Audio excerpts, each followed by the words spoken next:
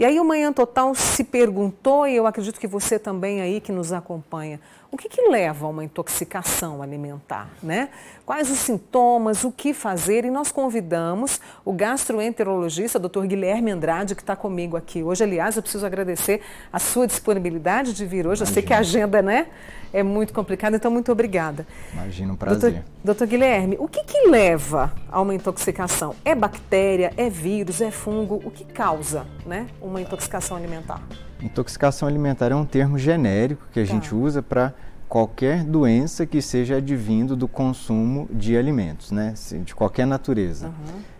Então, primeira coisa, a gente precisa diferenciar a intoxicação alimentar de um envenenamento, por exemplo, que é algo doloso, intencional, que não é algo inerente aos alimentos, né? Intoxicação alimentar, em geral, é algo que é potencialmente inerente ao alimento.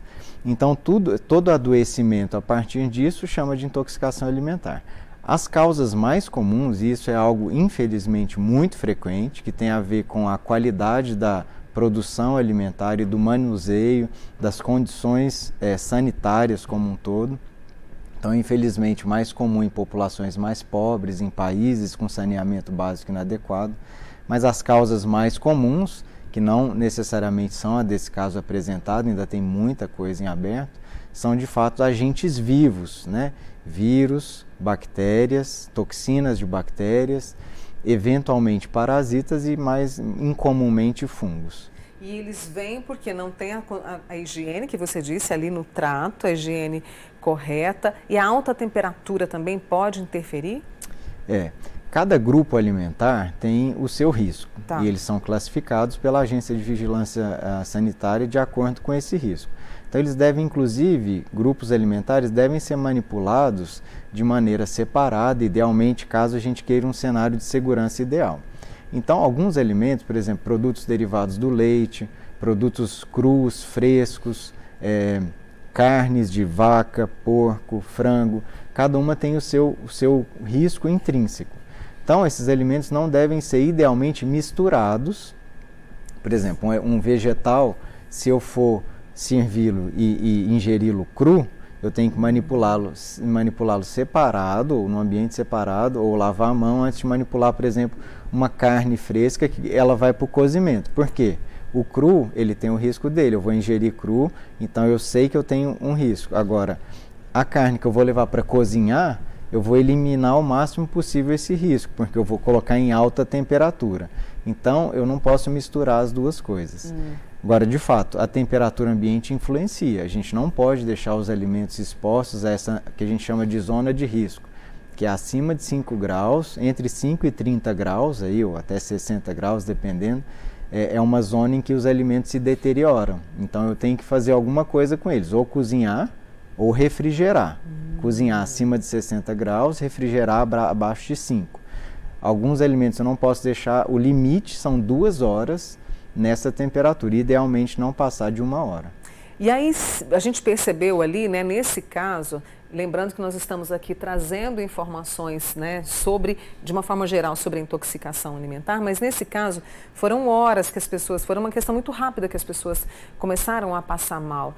Quando eu percebo que estou com essa intoxicação, é assim mesmo, doutor Guilherme? E quais são os sintomas? Bem, nesse caso estamos super precoces, né? Não sabemos a causa. Exatamente. Então, inclusive, podemos estar tratando de eventual envenenamento, não posso dizer isso, mas eventuais produtos derivados da linha de produção química. Então, produtos químicos, metais pesados, contaminação não prevista de um alimento, contaminação grosseira. Pressupondo-se que se trate de agentes vivos, né, micro-organismos, é possível isso acontecer em questão de 2 a 6 horas. Em que cenário? Não é o cenário mais comum. O mais comum que a gente tem de intoxicação são as gastroenterites virais, né? Muito comum em crianças, de creche e tal. Não é o caso. Mas então a gente estaria tratando das toxinas pré-formadas produzidas por algumas bactérias. Então a bactéria está ali, a partir do momento que ela começa a se proliferar pelo armazenamento inadequado, ela produz algumas toxinas prontas. Na hora que a gente ingere, aquilo já está pronto e já começa a provocar mal em questão de pouco tempo. Ou seja, não precisa dar o tempo da bactéria proliferar no nosso trato digestivo. ela já entra produzindo uma substância que provoca muito sintoma. Isso é rápido, questão de poucas horas. Não é comum. Que tipo de sintoma nós estamos falando? Essencialmente, os que foram mencionados. Então, náuseas e vômitos, porque é o primeiro contato com o estômago. A partir do momento que isso vai descendo para o intestino, aí começa a vir cólicas, dores abdominais e diarreia, muitas vezes diarreias bastante intensas, com eliminação de grande quantidade de líquido. E aí que é o grande risco, né?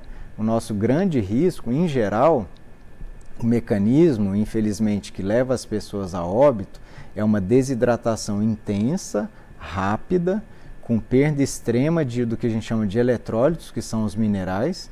E alguns desses minerais, como potássio, cálcio, eles são essenciais para a função cardíaca. Então, isso pode provocar arritmias e, eventualmente, parada cardíaca. E aí, o ideal é procurar o quanto antes uma unidade de saúde, doutor Guilherme, nessa condição em que me encontro? Esses cenários que são de surtos, né? Por exemplo, festas, buffets, então, que vêm da mesma fonte, são cenários de potencial risco. Às vezes a gente vê dezenas, centenas de pessoas passando mal. Então isso é um primeiro sinal de alarme.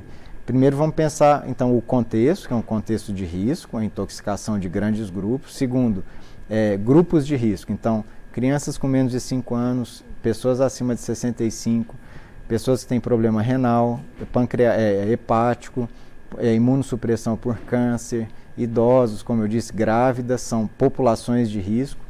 E sintomas que a gente tem que ficar atento. Estou vomitando sem parar, não consegue parar nada no meu estômago. Bom, em questão de algumas horas é possível que eu vá desidratar. Se eu já estou desidratado, ou seja, estou meio tonto quando eu levanto, o xixi está escuro, estou diminuindo a quantidade de xixi, sinal de desidratação. Entendi. Cólica abdominal com diarreia que não melhora ou começa a aparecer sangue. Também é um sinal que, eventualmente, naquelas próximas horas, a pessoa vai começar a ficar mal. Febre que não passa, sintoma que não passa depois de 72 horas. São alguns dos exemplos que, potencialmente, aquilo pode não evoluir bem e precisa de um cuidado especializado. Em caso, o que eu faço? É muita água? Como é que é esse cuidar? O cuidado? Exatamente. Num primeiro momento, a prioridade é se hidratar. Se a gente estiver lidando com intoxicação alimentar convencional, né, que vai melhorar sem necessidade de um cuidado hospitalar, é tentar manter hidratação. Pequenas quantidades de líquido, com maior frequência, ali a cada 10, 15 minutos, principalmente depois de ou ter uma evacuação com diarreia ou vomitar. Então, você vai pequenas alíquotas para se manter hidratado. Esse é que é o primeiro cuidado. E repouso, fazer uma dieta mais leve e observar. A maioria dos problemas, que infelizmente não foi esse o cenário, se resolve em no máximo 3 dias. Só com esses cuidados. Não melhorou, apareceram sinais de alarme, procura o médico. Para a gente poder fechar essa conversa tão esclarecedora, viu, Guilherme? Já reforço meu agradecimento a você, nossa amiga lá de Tuiutaba, Márcia. A enxaqueca também pode ser um sinal? A dor de cabeça pode ser um sinal de intoxicação? A dor de cabeça, sim. Qualquer sintoma sistêmico, a dor de cabeça pode ser um sinal tanto da intoxicação quanto da própria desidratação. Desidrata também os tecidos cerebrais, pode dar dor de cabeça, sim. Esse é o Dr. Guilherme Andrade, ele que é gastroenterologista, com a gente aqui hoje, explicando um pouco sobre a intoxicação alimentar, para que estejamos atentos. Obrigada, viu, Guilherme? Boa semana para você e um abraço para a família, tá? Obrigado para você também. Muito obrigada.